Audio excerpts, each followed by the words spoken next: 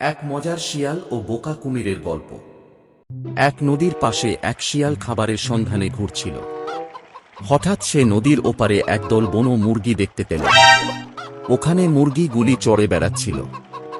এটি দেখার পর শিয়ালের খুব লোভ হলো, আর সাথে সাথে শিয়ালটি বলল, এই মুরগিগুলোকে যদি ধরতে পারি তাহলেই অনেক দিনের খাবারের ব্যবস্থা হয়ে যাবে। আমাকে আর খাবারের খোঁজে জঙ্গলে ক্ষুধার্ত অবস্থায় ঘুরে বেড়াতে হবে না। কিন্তু শিয়ালের নদী পার হওয়ার কোনো উপায় ছিল না। শিয়ালটি বলল, এই নদী পার হতে গেলে কিছু একটা বুদ্ধি করতে হবে। ঠিক তখন এক কুমির নদীতে সাঁতার কাটছিল।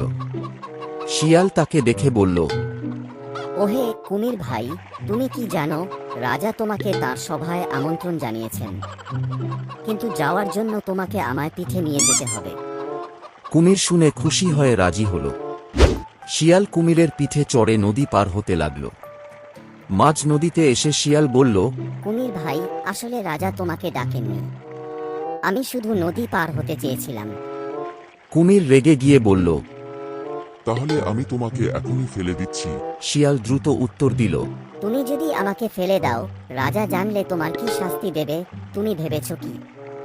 শিয়ালটির এই কথা শুনে কুমির ভয় পেয়ে শিয়ালকে নদীর পাড়ে নামিয়ে দিল। শিয়াল হেসে বলল, ধন্যবাদ কুমির ভাই, এবার আমি আমার কাজ সারি। কুমির তখন বুঝল সে শিয়ালের চালাকির ফাঁদে পড়েছে। এরপর কুমিরটি ওখান থেকে চলে গেল। শিক্ষা: কারো কথায় সহজে বিশ্বাস করা উচিত নয়। বন্ধুরা, এই ভিডিওটা যদি তোমাদের ভালো লেগে থাকে তাহলে একটি লাইক কমেন্ট করে চ্যানেলটিকে সাবস্ক্রাইব করতে ভুলো না কিন্তু।